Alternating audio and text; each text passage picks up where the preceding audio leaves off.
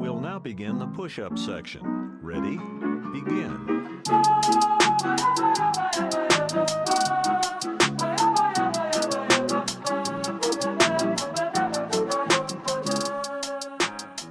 What is going on, guys? Welcome to episode 4 of the Kielpro Dynasty Show. I'm your host, Caleb, and today we have part 2 of the free agency recap. So, once again, there's a ton of news since the last podcast, a lot to cover.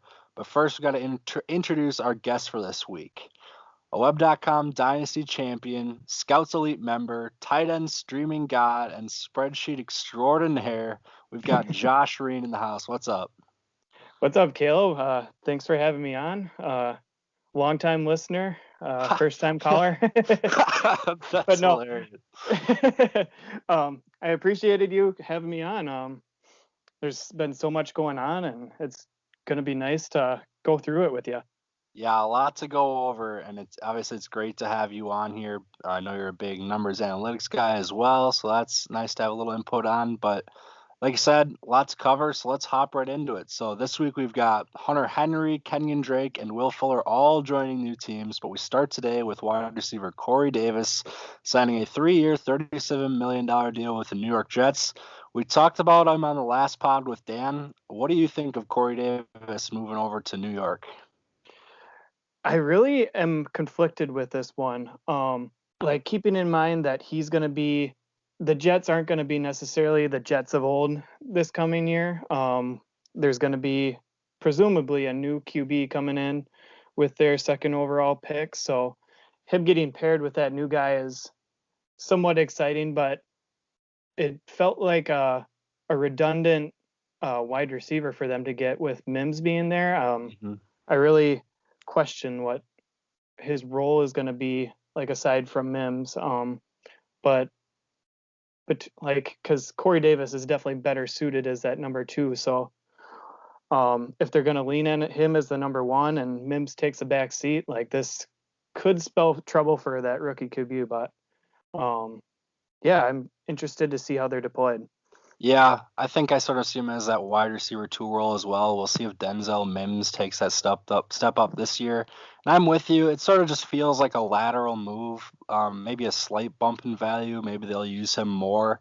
Last season, he had 5 100-yard games and 14 games played, which was the best of his career. But he also had 4 other games where he had 3 or less targets. So it was a risk reward with Corey Davis last season, and you have to hope if he's going to New York and they hopefully get another quarterback, that maybe this will be the boost for his career that he needs, a nice change of scenery.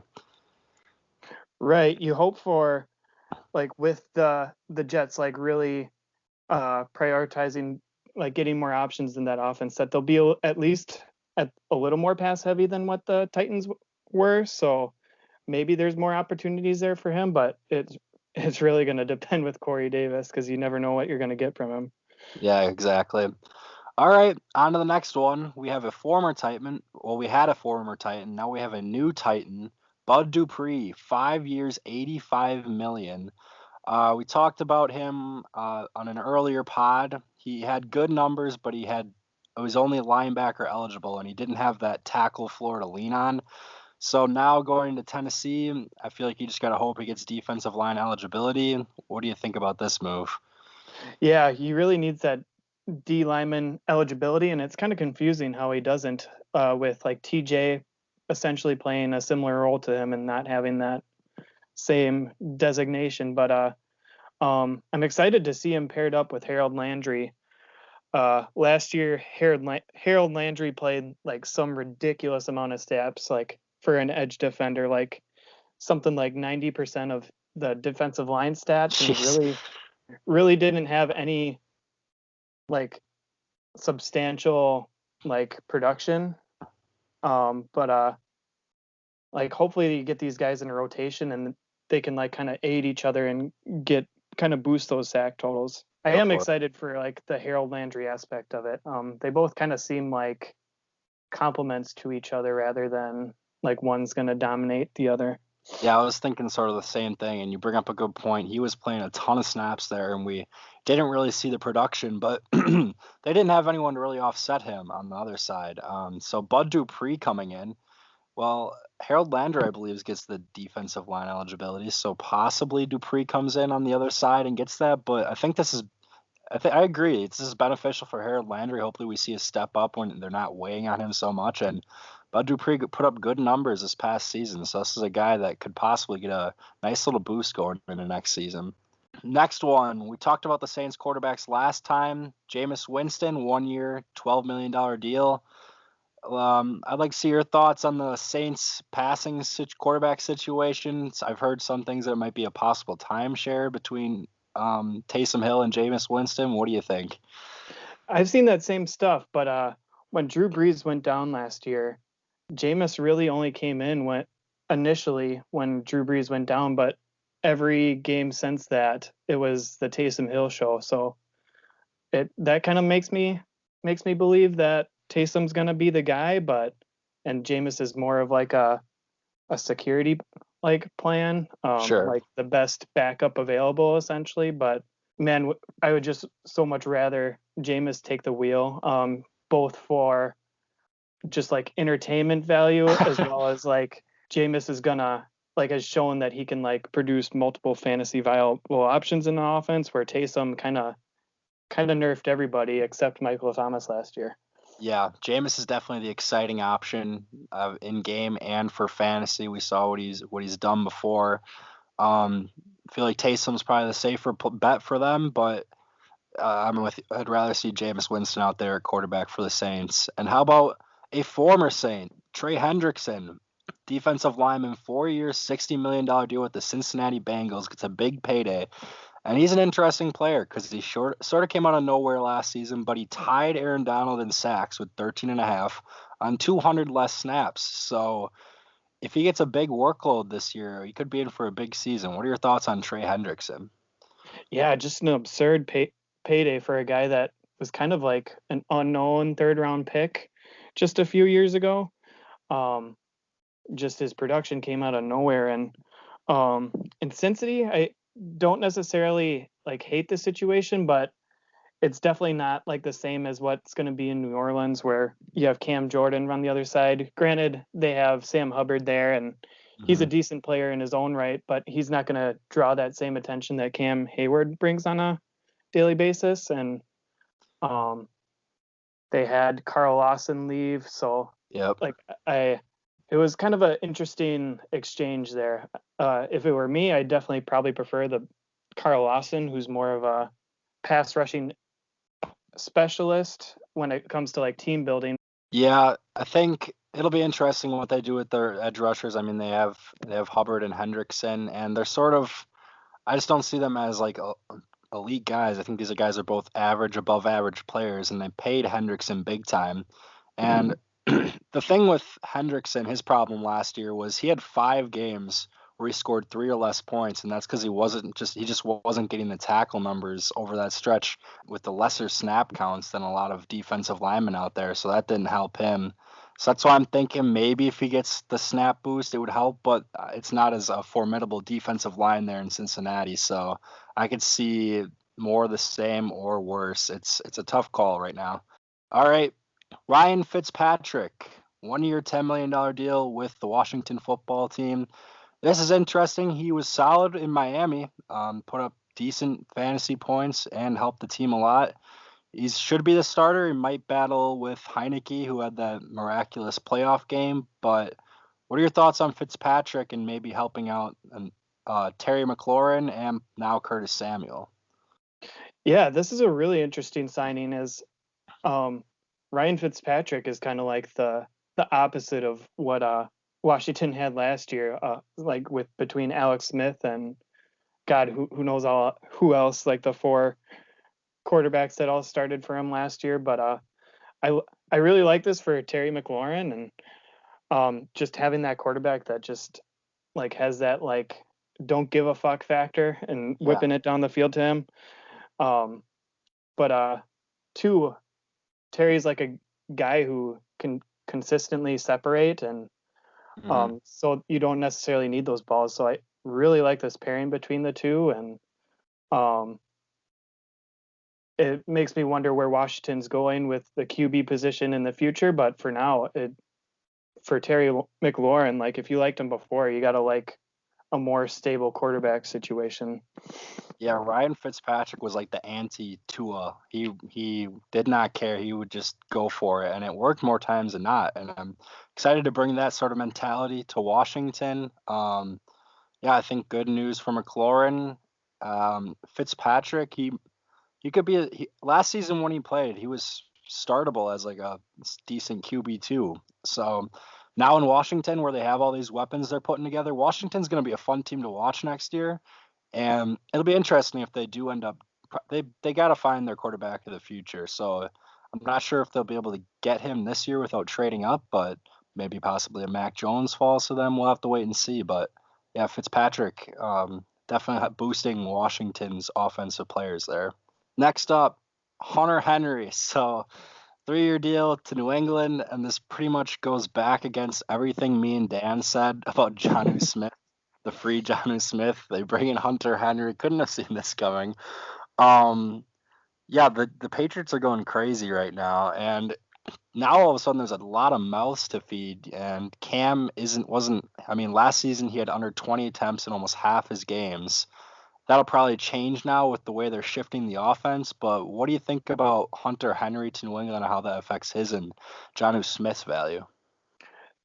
This was just like such a Bill Belichick signing. Like he just hates fantasy football, hates like providing those consistent producers for us fantasy gamers. It really does nerf like everybody in that offense. Like it really is going to be dependent on the week on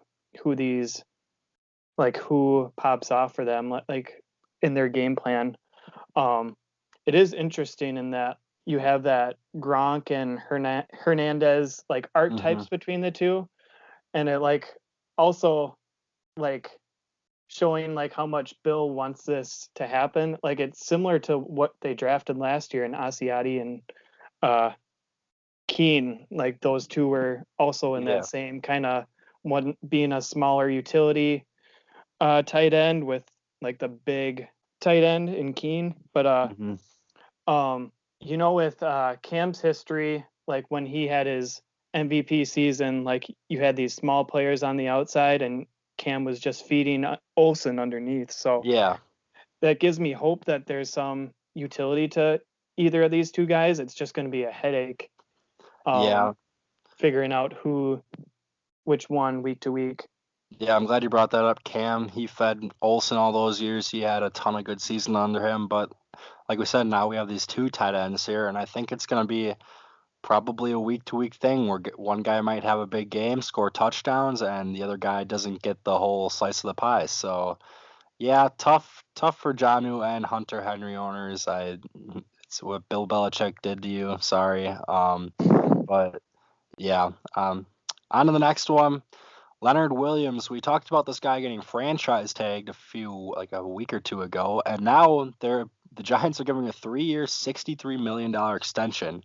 So obviously they must believe in him. Like I said last time, he had like the quietest top 5 scoring defensive lineman season ever. Any thoughts on Leonard Williams going into next season? It is exciting that like you can have this player stay put. Just love that consistency year to year with these defensive players, because when they change teams, it really is like a question of like, what's this new coach going to do with them? But you get the same team next year, and like a underrated factor with Williams too is Dalvin Tomlinson leaving, who is just he just sucks up tackles in the middle. So with him gone, you would think some of those have got to naturally flow to Leonard Williams. So yeah, it was a good week for him. And yeah, if he's out there on your waivers, like there's definitely worse options. For sure. I think, you bring up a good point. Dalvin Tomlinson gone, so maybe that increases his tackle floor. I mean, yeah, it'd be a good stash. Probably, maybe you can go get him for a 4th if you believe in the talent. They obviously do. So, all right, another Giants one. We got John Ross, 1-year deal with the Giants. This feels like a last chance for John Ross. He just can't stay healthy. He needs to stay healthy this season. A change of scenery. Is there anything left with John Ross? Could he possibly finally do something, or is it over? I think it's over. It's just a awful fit with the Giants. I feel like Danny doesn't have the arm to like kind of utilize his strengths or his speed, but Yeah. and it really is a question of like what of all these years of like these injuries piling up like affected him. And honestly, in that offense too, like what kind of like even if he is a consistent starter, like just that difference with Danny at quarterback, I don't see how he can really take advantage of that. Yeah, you can maybe if he goes somewhere else, he has a quarterback that could elevate his game, but I don't know if it really matches their style. I made a YouTube video a couple days ago where I highlighted every John Ross catch from last season. It lasted 14 seconds. He had 2 catches for 17 yards. So, yeah, I'm done with John Ross. He's entering year 5, and the highest he's ever finished in PPR is wide receiver 74. That's disgusting. Yeah, if anyone is all of a sudden thinking maybe they want to buy on John Ross, sell him if you can. He might be on waivers right now. So, yeah, I think John Ross is finished. All right. How about another former Bengal, Andy Dalton, 1-year deal with the Chicago Bears. I have one bullet point for this, and it's LMAO. Just as NFC North fans, hearing the Russell Wilson rumors and Bears fans getting so excited just for them to go out and sign Andy Dalton was just perfect. I loved it. But what are your thoughts on this? I mean, he's going to be the starter. They've got some weapons there if Allen Robinson does play. Thoughts on this deal? Yeah, literally peak Bears Twitter was them finding out that Andy Dalton was coming. I loved how it was teased too, that like you get all this Watson and Wilson hype, and the day before it was like Dalton's getting close to a deal, and you just see Twitter, like the Bears Twitter just slowly melt down. but for the Bears, like it really is like best case and like their best option really. If what they were offering wasn't interesting either of those two teams, it unfortunately is probably gets you in a better spot than what Nick Foles could get you, but yeah, it's still not good. Yeah, not much to say here fantasy wise either. Just thought it was funny that it happened. Another low key quarterback deal, just brush with this one. Tyrod Taylor, 1-year deal with the Texans. It pretty much just seems like an insurance plan for the Texans if they do trade away Deshaun Watson. There are these allegations that you can't really speculate about right now. So maybe Tyrod Taylor is worth a stash in Superflex if he does get traded or something happens with that. But any thoughts there? Yeah, a stash if anything. Tyrod has proven that he can put up decent fantasy production whenever he's in the game with how he uses his legs, and unfortunately that Houston doesn't really have a ton of weapons for him to use. So it's really just, if Watson doesn't play, it's just going to be just an awful situation for that whole offense as a whole. So he could give you serviceable QB weeks, but it's between those, it's going to be awful. Yeah, I'm envisioning the Texans rolling out David Johnson and Mark Ingram at running back, Tyrod Taylor quarterback with, who do you have left at receiver? Will Fuller's gone. We'll talk about that. They got Brandon Cooks. Oh, yeah. Oh, Cooks and Cobb. Hell yeah. Texans Super Bowl 2021. There you go. All right. Marvin Jones, a wide receiver here. 2 years, $14.5 million deal with the Jaguars. This is probably one of the most underrated performers as a receiver these past few seasons. 9 touchdowns in 3 of the last 4 seasons. He finished as a wide receiver 2 this past season. What are your thoughts on Marvin Jones going to Jacksonville? Is this a decent slide over to the Jags? Yeah, I think this is a excellent fit for Marvin. With Trevor Lawrence coming in, he can Marvin Jones makes his fantasy production with those deep plays, and Trevor Lawrence can definitely utilize that weapon in the offense. I got to ask you, have you seen the rumors that Chark is being in a possible trade deal with the Ravens for? Yeah, I saw that, and I don't know if it's legit. I heard that that was a week ago, and now nothing's happened still. But if that did happen, Marvin Jones to the moon. I mean, my gosh. No kidding.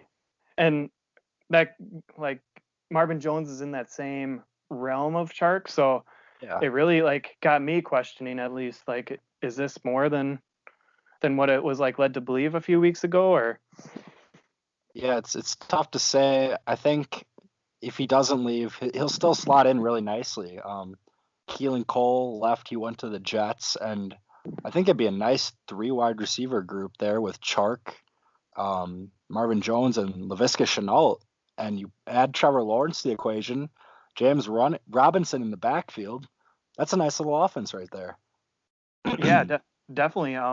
If anything, they're given those Lawrence's weapons, and he can really have a decent season out of the get-go. Yeah, definitely. And we'll cover Lawrence in the future as we lead up to the draft here. But okay, on to a smaller deal here. We have Malcolm Brown, running back to the Miami Dolphins, and maybe a little bit of good news for Gaskin owners. They probably will still get another running back, but something for those owners to notice. He was an annoying player for Akers owners last season. It might be the same sort of deal this year. What are your thoughts on the Dolphins running back situation? Yeah, that same thing. Malcolm really was just that thorn in the side of Akers, trying to get his chance. Malcolm's just a steady 3 yards, a whip at the running back, and you'll just question every week, especially if they bring in that rookie running back. He's a dependable third down back, and really can limit whoever they bring in. But at the very least, it's got to make you feel a little bit better as a Gaskin owner. If they don't make another move, right, you'd think that this has got to protect the team from signing a James Conner or Leonard Fournette. You really can't see him doing that after they sign Malcolm Brown. So it really is going to be rookie or Gaskin's show come 2021. Yeah, it'll be interesting to monitor there. 1-year deal, Emmanuel Sanders to Buffalo, and this dampers the Gabe Davis hype a bit. But I think if you're a believer in Gabriel Davis, this isn't a huge deal. It might eat into his targets a little bit, but Emmanuel Sanders is 34. I think he was wide receiver 40-something this past season. What are your thoughts on Sanders to Buffalo and how that might affect the receiver room there? It's a really interesting pairing with Stephon Diggs. They're kind of in a similar role, but yeah.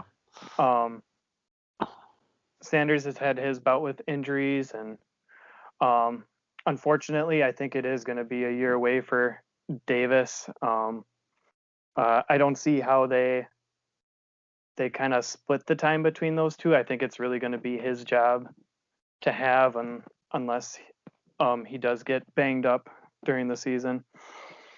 So you think Sanders enters as that second receiver to Diggs? Is Beasley still in the slot? Right? Beasley in the slot, yeah. I think so, honestly. Gabe had his moments last year, but I think they really are thinking as Sanders as getting that attention away from Diggs kind of guy. Okay, yeah, that makes sense. And they are sort of in that same player role. I still, if people are down on this Davis because of this, I think I'd go snatch him up. You might not be getting the production you hoped a few days ago, but a solid depth piece for you with upside in a Bills offense that I'm not sure if we've even seen the peak yet of. So definitely hopping to another one here. This one hurt. Jamal Williams, 2-year deal with the Lions. We're all big Jamal Williams guy, all the Scouts Elite guys. We were big fans of him, and then we got drafted to the Packers. a dependable running back. Now his 2-year deal with the Lions. I guess for fantasy purposes, you got to ask, how is this going to impact Swift? And you're a Swift owner in our league. What do you think about this deal, Jamal to the Lions? Honestly, I kind of liked it. I don't see Jamal taking over that passing down work, which is ultimately what I was worried about with this offseason. Kind of having a feeling that with Adrian Peterson leaving, they're gonna need like a body to fill in there. So I'm okay with Jamal taking over some of like that grinding role in the offense and letting Swift get more of the valuable touches. Yeah, I wouldn't. It's I don't know if it's great for Swift, but I mean, we saw with how Aaron Jones did with Jamal as the second back there. It didn't really affect him fantasy-wise at all, and I feel like it'll be the same thing here. He's not going to take a huge part of Swift's workload, but he'll get those grinded out yards that team needs. But if people are starting to sour on or are worried with Jamal coming to Detroit, I'd try and snatch Swift up while you can, because he's in for a big season coming up here. Okay, next one. This is a smaller one, but a guy I wanted to touch on, Nicholas Morrow, linebacker, coming back to the Las Vegas Raiders on a 1-year deal. So this is one of those waiver wire guys I liked last season, and the Raiders linebacker job was sort of up in the air for the first 8 weeks or so. They signed Corey Littleton, and he didn't do anything. They had Nick Kwiatkowski, who was all right, and then Nicholas Morrow enters the fold, and he averaged 16 points per game in our IDP scoring as a starter down the stretch. And that was he had inactive weeks 15 and 16 because he was hurt, and he came back and had 10 tackles and a sack. Plus, he has DB eligibility. So they're bringing him back. Obviously, they may go that direction in the draft, but any thoughts on this Raiders linebacker room? I have like my concerns like from a football standpoint with the Raiders and how they're building their football team, but yeah, he really was like the lone linebacker that they signed last year that was giving you any kind of production. They also brought in Roquan Davis from the Dolphins via trade earlier this offseason. So there's just so many bodies to weed through. Yeah, a lot of names. And fortunately, I do feel like he's one of their best options. You really hope that it's him and Kwiatkowski in that starting role. And if he keeps that DB eligibility, like, oh my gosh, there are definitely worst wire players that you can snag up cheap. Yeah, he's a solid stash and a hold right now. We'll know probably pretty early in the next season whether that was just a half a season wonder or if he's actually going to put up decent numbers. Because even if he would have been a linebacker, he was putting up good numbers, and with that eligibility, that helps a lot. So I was wondering, I know you sold Corey Littleton after he left the Rams. What was your plan there? Was there something you saw that you didn't think he was going to have that production again, or what was your thought process on selling Littleton after he got moved? It really was the team change that scared me away from him. Again, once these players change teams, it really is like up to the new scheme that they come into that like just leaves a lot of questions. And also the Rams are one of the most IDP friendly teams like in the league. Yeah. You see last year with who did they have come? God, I can't even remember. Ecobomb come in, and it would be a different guy every week who would come into that linebacker role and put up huge numbers. Yeah, definitely. Troy Reeder was a name that came in and got 16 tackles. Yeah, it was just something that I noticed that their team just gets an absurd amount of tackles each week, and with that team change and along with him leaving the Rams specifically was something that I wanted nothing to do with and saw a sell high opportunity. Yeah, that's good insight and something for people if you're playing IDP to pay attention to.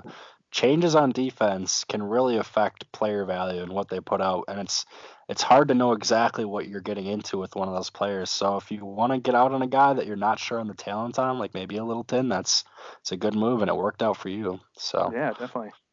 all right, another one. John Brown, 1 year deal with the Raiders. I think this is pretty much he's going to take that Nelson Aguilar role. And that was flex worthy at times.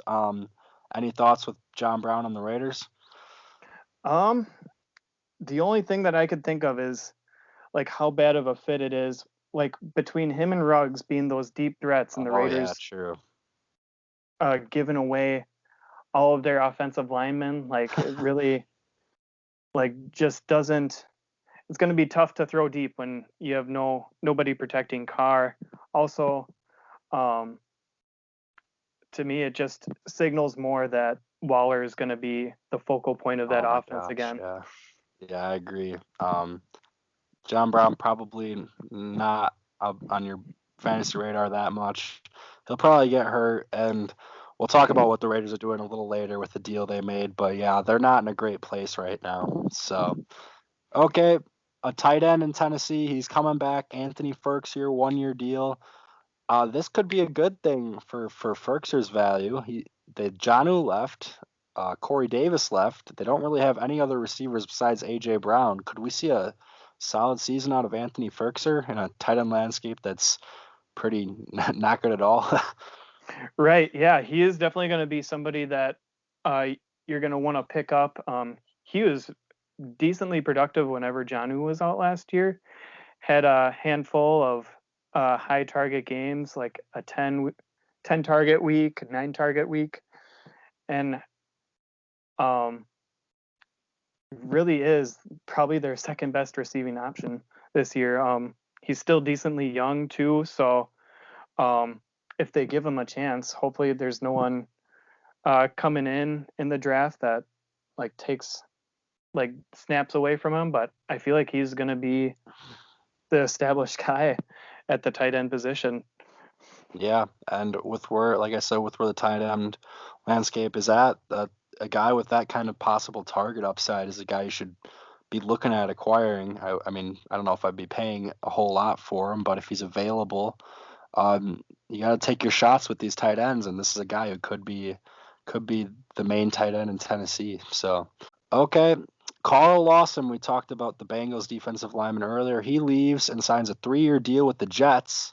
He was an interesting player last year. You didn't hear a whole lot about him, but he led the league in quarterback hits with 31. He only had 5.5 sacks, but uh, going into that solid defense, the Jets are making a lot of great moves. I feel like this is a guy you could be looking at to possibly start in your lineups next season. Yeah, definitely. Yeah, just lived in the backfield last season and in that solid defense, and he said it himself that that's the reason why he's a New York Jet. So he's been told good things about what his role is going to be next year, and really could definitely be a better situation for him. Yeah, and if your league scores quarterback hits, he was, like I said, he had 31, led the league, so he's a weapon in that regard. You got to think the sacks will start to come for him. They got Quinnen Williams in the middle as well, so he might be available on waivers some places. I mean, if you could get him for a fourth, I'd take it a shot. This is probably a guy you don't want to go into the season as a starter, but someone on your bench that might be able to step up and have a big year. Yeah, definitely. And to that too, I feel like that's just it's not super common that you have this many QB hits with the few sacks that he had. Yeah. Like that's definitely gonna like regress back, and he'll definitely score more of those bigger point games for you. Yeah, I believe it as well. It's a good target if you need a defensive lineman help depth. Okay, another Bengal. AJ Green, 1 year deal with the Cardinals. Does he have anything left in the tank? It's an interesting fit in Arizona, but he's had just one top 10 season in the last 5 years. So you think AJ Green could still do a little something for fantasy owners? I don't know how he fits in this. Arizona offense. Like at this point of his career, I don't see how anything he does is any better than what they already have there. And like AJ Green was probably the worst. He got over 100 targets last year and caught 47 balls. He is like one of the worst Yuck. on a per target basis in the league. So I have no idea if like maybe it was just a pure culture change that he needs, a new team, new AJ, but definitely didn't do anything to give you any confidence going into this year. Yeah, I don't know either. That catch rate wasn't great. They've got Christian Kirk and DeAndre Hopkins, and I don't know how he really fits in that way. Yeah, I'm pretty much out on AJ Green. It'll be fun to watch. I do hope maybe we see some flashes of old, but it just seems kind of like it's over. All right, we got another one. Marlon Mack resigned by the Colts, and I think his value is pretty much done. I don't really think this does a whole lot to JT.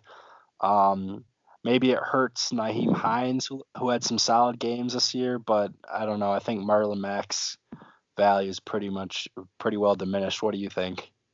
Yeah, back when he was like fantasy viable, like he wasn't a big tackle breaker, he wasn't a big receiving back. Like he really just was the beneficiary of the Colts offensive line just being super dominant, and he had the speed to take advantage of those giant holes. But now with JT in that backfield, and I feel like Naheem's going to continue to be that receiving option. Like he's probably, especially coming off the Achilles injury too, it's probably just going to be depth, if anything. Yeah, and he's probably just going to be depth on your dynasty teams as well. I don't even know what you can hold on to him, see what happens the first couple of weeks, but he just doesn't fit into that backfield at all. Hines is the receiver and JT's the 1-2 pounder. So yeah, R.I.P. Marlon Mack. Jayon Brown, a 1-year deal with the Titans, linebacker. I was kind of surprised he didn't get a longer deal. I'm guessing it's because it's the season-ending injury he had, but he's an underrated linebacker. He averaged over 12 points per game when he was healthy. Thinking more of the same this season in Tennessee? I sure hope so. I've always been a big Jayon Brown fan. Racks up the tackles and mixes in some big plays here and there, but I'm hoping that this 1-year deal is really just something that shows a little bit of confidence with him in the organization, that they're hoping to bring him back and reclaim that starting role. Yeah, it's just a tough deal with that ACL though. Yeah, I expect probably more of the same here. Average double-digit points per game each of the last 3 seasons. He got hurt. Rashaan Evans didn't really get a boost out of that. Who was it? David Long got a little run as well, but they just couldn't put up the production that Jayon Brown did. So I think he's the general of this defense, and he's a solid LB2 for you. If you have him on your team, it's a guy you can probably rely on week to week as long as that ACL is good to go. All right, next one, tight end Gerald Everett, a 1-year deal with the Seattle Seahawks. So you got to think he's sort of taken over that tight end group, which did nothing last year. I think they had Hollister and Disley. He's sort of that athletic receiving type. He obviously was sharing time with Higbee in LA. Do you think maybe we could see Gerald Everett a little more of a breakout this year with the Seahawks, or is he sort of a replaceable level player? I'm hopeful in that offense. When he's had his opportunity to be the pure tight end 1 for the offense without any competition, he's had some big weeks. Back in 2019, he had like 3 straight weeks of 10 plus targets, and I'm hopeful. It's really going to be just dependent on the Seahawks offense as a whole. They have shown time and time again that regardless of how good their receiving options are, they're going to be focused on running the football. That's really going to be the thing that limits him. Yeah, I think this is a good boost for him just because he had his opportunity capped with the Rams. I think he should be able to take over the tight end room, but yeah, it's tough to say whether he's really gonna. I'm not expecting him to take a huge leap this season, but he's a guy with upside that you can take a look at if you've been holding. You're probably happy with this move. On the other side, you've got Higbee possibly being the guy there with the Rams. He had that 3 touchdown game in week 2, and there was a lot of hype building. Just didn't really do much besides that. We might see Bryson Hopkins take sort of the Everett role, so maybe it doesn't matter that much. They do get Matt Stafford in town, which helps. But what are your thoughts on Higbee and the Rams tight end room now? Yeah, definitely excellent for Higbee. He's going to be like the sole tight end in that room. I really do believe in like if he has like the full snap share of that tight end position, that he definitely is going to kind of return to his hot end of 2019 and like he's flashed. So maybe in your league he's kind of like the forgotten about tight end. Like I could definitely see Yeah. buying low. Like there's definitely worse flyers at tight end than Higbee. Yeah, and a guy with upside. We've seen him have those big games before, so a bump for him. We'll see if he can get back to form. Okay, big one here. Another wide receiver, Curtis Samuel, 3-year deal with Washington. We've seen how they added Ryan Fitzpatrick. Ron Rivera has experience with him. He's had improvement every year since entering the league. So, are you excited for Curtis Samuel in Washington? Yeah, absolutely. Especially with Fitzpatrick going there too. Uh, he's like a Matt Harmon favorite. Like just wins consistently on his routes and really has never had that person that can hit him consistently down the field. So I'm excited for this change for him. Love what the Redskins are doing, and you think as a whole that offense has improved so much. It really like bodes well for Antonio Gibson Yep. with more maintained drives, more red zone opportunities. Like this whole offense as a whole has been elevated so much with what they've been done so far. Yeah, I love what they're doing as well. Curtis Samuel, a nice boost.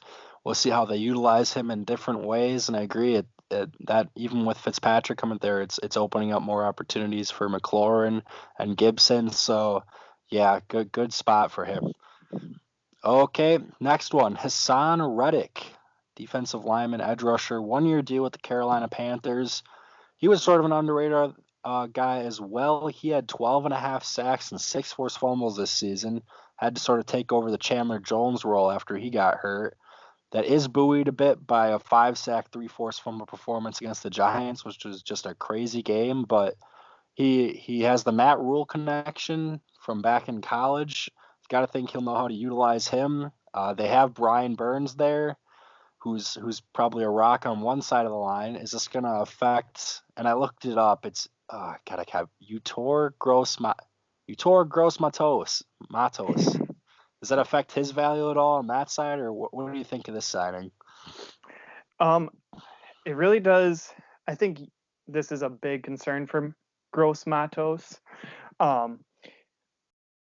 I really do feel like Hassan comes in and lines up opposite of Brian Burns. Brian Burns just really is becoming a stud. Again, was a high, not big sack guy, but had one of the most highest QB hits this year. Was constantly causing QB pressure, and now you add in Hassan, who, looking at him, he was somebody admittedly that I didn't pay a lot of attention to this year, and was like, you would see that he was like top 10 in the league at linebacker, and it was all like from that 5 sack game. He so just kind of dismissed that, like, oh, that's just inflated. But looking back, like he has had some decent tackle totals throughout the years. So yeah, I'm excited with not only Burns, but their round 1 draft pick last year, Brown, eating up bodies on the inside. could be a really good situation for him. Yeah, it's been an interesting path where Hassan Reddick got here because he started out as sort of a linebacker, was not fantasy relevant at all for like 2 or 3 years there, and then they sort of shifted him over to pass rusher. When Chandler Jones got hurt, he was like that permanent guy there, and it's an interesting situation there in Carolina. I agree. Brian Burns, I think he's on the cusp of becoming one of the top pass rushers in this league and in IDP, slowly closing in on that top tier. And it's tough for Matos. I mean, he was on the opposite side of that, and he had just 2.5 sacks in 12 games. So Burns was pretty much doing that all on his own. Obviously, Derek Brown helps a lot in the middle. He's a beast. But yeah, I think Hassan Reddick's probably gonna assume more of that starting role on the other side, and these guys could possibly wreak havoc in Carolina. I like what they're doing on that defensive line. All right, this is one that was Josh Jacobs owners are not feeling well. It's Kenyan Drake, a 2-year deal with the Raiders. Like I said, Josh Jacobs owners are ill. Kenyan Drake owners probably don't feel that great. Raiders fans in general are in disarray right now with what they're doing with this team. I don't think Kenyan Drake is that good, but he's going to eat into Jacobs' targets and such. I just don't really understand the move. What are your thoughts with this one? Yeah, same thing. Just a disgusting thing for fantasy and Josh Jacobs owners.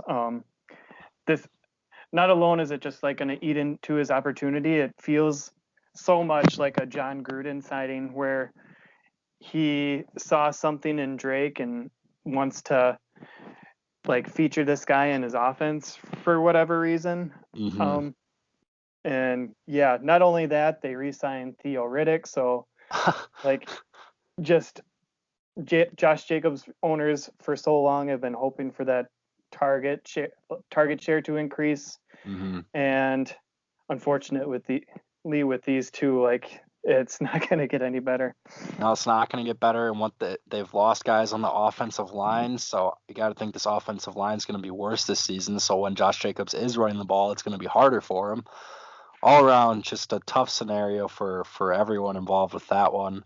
But on the flip side, does this possibly open something for Chase Edmonds? I know Cliff Kingsbury said he thought Chase Edmonds could take the full role. I got to think they're bringing in another running back, either free agency or through the draft, but Chase Edmonds unleashed possibly?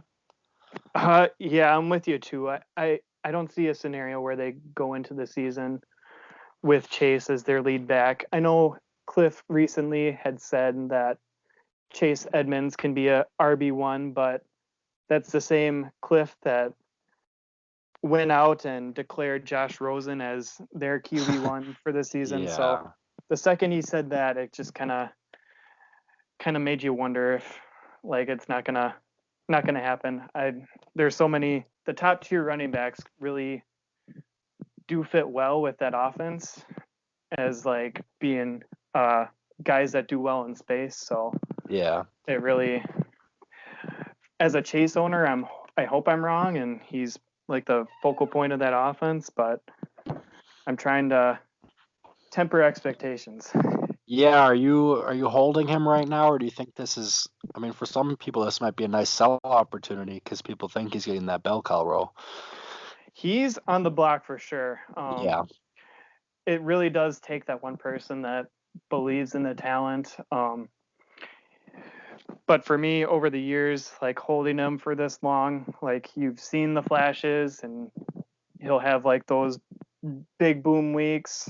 Mm-hmm. He'll be the RB1 for a week and then either get banged up or take a back seat to the original starting running back as soon as they're healthy. So whatever he's doing, it's not giving the coach the confidence that they need to feature him. Yeah, I'd be selling him too. He's a guy I like coming out of college, and I like his game. I just don't see it being a full role there. And I agree, any of these top running backs in this offense would be so much fun, like an ETN, Javante, and I mean, if Gainwell went here, he would get a big boost. So, yeah, I'd probably be selling Edmonds, seeing what you get. There's a chance he gets that big role, but yeah. Right. If he gets a big role, it's going to be like like James White had a top 10 running back season a few years ago, and that's going to be like how it comes. But that was something too where he had his big season, then he was just that bye week fill-in for the rest of his career. So that's really going to be what I envision. If it does hit for him, I don't see it being a long-term thing at all. Yeah. Okay, quick one here. Mitch Trubisky to the Bills. We talked last time there were some 49ers rumors where it maybe would have been interesting, but on the Bills, eliminates all value. This is a good situation for him just because he is a good solid backup in this league, but you can safely drop Mitch Trubisky now. Yeah, absolutely. Yeah, drop Trubisky for him. It's like he did have decent weeks last year, and like fantasy wise, and he could definitely win games for you, but this is definitely probably the better suited role for him. Yep. Okay. Tight end again.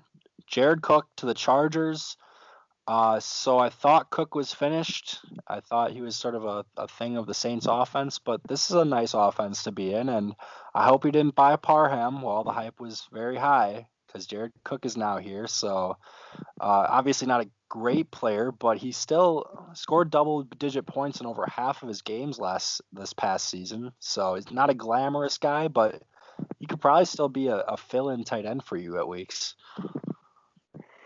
Yeah, definitely. It really does depend with him, you'd think, at this point of his career on the matchup each given week, but this signing really does kind of nerf anything Parham's going to do. I don't see anything that he does that differentiates him from Cook at all. So, yeah, it's probably that's probably it for Parham's season. Yeah, maybe if you want a real buy low, a real dirt cheap buy low. I mean, he's got the interesting measurables. He's got interesting upside. Maybe you could get him as a throw-in if you've got a room to stash him, because it's a nice offense to be in. But yeah, this season it probably isn't going to be it.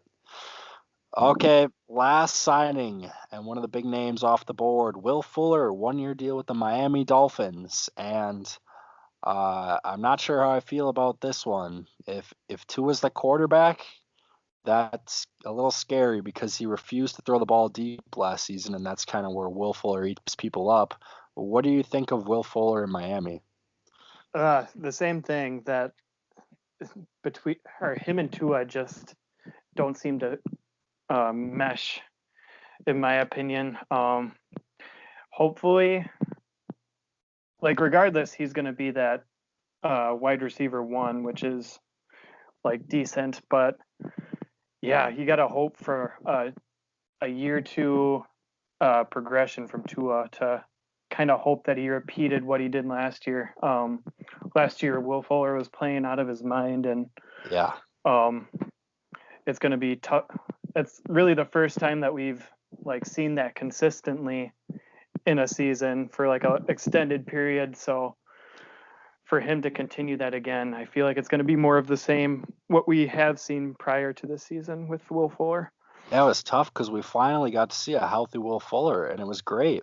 And then he got hit with a PED suspension, and that was it. And now, I don't like the fit with Tua if he can't figure out how to throw it downfield. Will Fuller was having a great season. On a points per game basis, he was the wide receiver 6. So we were finally seeing it from him. But maybe this will open things up for Tua. They didn't really have like great deep threats. Devontae Parker. Well, who else did they have? Devontae Parker, Preston Williams. Did they have like a raw speed threat there? Not unless you count Jakeem Grant. No, I don't count Jakeem Grant. So, yeah, I don't really. We'll have to see where Tua is at next season, but yeah, I'm not a huge fan of this one. And you have to remember also, just for your Will Fuller owners, that he will miss the first game of 2021 with that suspension. So, insult to injury there. Yeah, you hope with Tua that his performance was more due to his receivers just not getting any separation for him last year. So hopefully that's more of the cause rather than him being just tentative with the ball. that you can still get some good weeks out of Will Fuller going forward. All right, last part here. We have a few notable releases to cover. We'll start with Adoree Jackson, cornerback for the Titans, getting dropped, Adoree Jackson himself, not very fantasy relevant, but we talked about it with Ferchser when he was on the podcast, that cornerback role that's been so productive in Tennessee, where Logan Ryan had that top DB season, Malcolm Butler had a top 5 season, and we were trying to figure out who would fill that role if they don't go a different avenue. And Adoree Jackson was one of those guys. Now he's gone. Another one of those guys was Desmond King, and he went to the Texans. So now we're down to one guy, and it's the guy Ferchser brought up, Christian Fulton. I think this guy is probably worthy of a stash because I feel like they have to add some stuff with who they're losing here, but as a low stash, Christian Fulton, if you were to get that role, we've seen the production from it. So yeah, absolutely. Year after year, that role has been so tackle heavy that it really, why not take a chance, especially if your team starts a cornerback position? Like that's a slam dunk. Pick him up and hope that, and keep an eye out for who they draft because it's going to be coming. Yep. I have to imagine in cornerback leagues, that has to just be the godsend, that Titans cornerback spot, because it's such an advantage over every other corner that's out there. So yeah, definitely. Okay, another one, Alshon Jeffrey. This one's honestly kind of sad. Just watching the fall of his career, he had those couple seasons in Chicago where he was borderline wide receiver 1, wide receiver 2, but he only played 16 games 3 times over 9 years. The injuries have plagued him. Being in Philly has kind of plagued him. I think we both probably agree that it's over for Alshon. Yeah, definitely. It was really sad to watch. It just seemed like year after year, it was like you just like see him age greatly after each season, like drop in that production after being like one of the top wide receivers like in the league, it seemed like at the time. So it seemed like it happened so fast, and now it seems like it's over. Okay, one more. Philip Lindsay not coming back to Denver. Interesting player. Maybe not. It wasn't as long as a fall grace from Alshon, but do we still think he has something in the tank? I mean, he had back-to-back 1,000-yard seasons to start his career. This past season, they bring in Melvin, and he deals with injuries. Not a very good year. Maybe a fresh start will bring him back to maybe something, or what are your thoughts on Philip Lindsay? I really hope that he'd find somewhere to like have a chance, but he's got such a weird makeup where he's a smaller back, but really doesn't catch passes out of the backfield. So like it's really hard to find that fit in an offense. Perhaps somewhere. What comes to mind is the Minnesota Vikings, if they want to bring him in and just be a pure backup if anything were to happen to Dalvin, then I could see him like regaining some fantasy relevance. But it really is going to be, there's going to be so many situations for him where it could just go horrible and he's not heard of this year. Yeah, I feel like best case scenario, he's in a committee backfield, probably the 1B in that. So unfortunate. Maybe he bounced back. I know he dealt with injuries this season, but not great for Philip Lindsay. Well, that's a wrap, folks. We had a ton to cover. We hope we get a lot of information to you. I know I even learned a lot along the way, but final thoughts, anything for the folks, Josh? Not really. I'm really just appreciative that you asked me to come on and talk to you. Like you said, same here. I learned a lot by talking through all this stuff. So, and yeah, it was a good time, and I'm excited to see what you do with the podcast. I'm always listening, and there's not a lot of podcasts out there that cover like the offensive and defensive side like you've like done. So yeah, I'm excited to see what you do with it. Well, thank you. Yeah, that was pretty much what I was aiming at here. Just I see too many podcasts where I listened to the first 5 minutes, and it's just not talk about something I don't really care about.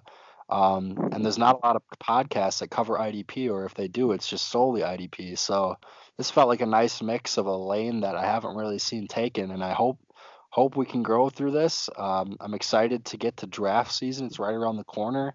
The next pod, we got some free agents that are still to see where they go. Juju, Kenny Galladay. So we'll hopefully cover that if they land somewhere. But yeah, thanks for coming on. Everyone, thank you for listening. If you have any feedback for me or anything, feel free to message me. I'm at Kielpro88 on Twitter. I switched it. Figured I'd go with the brand. So, but yeah, thanks everyone for tuning in, and I'll catch you next time.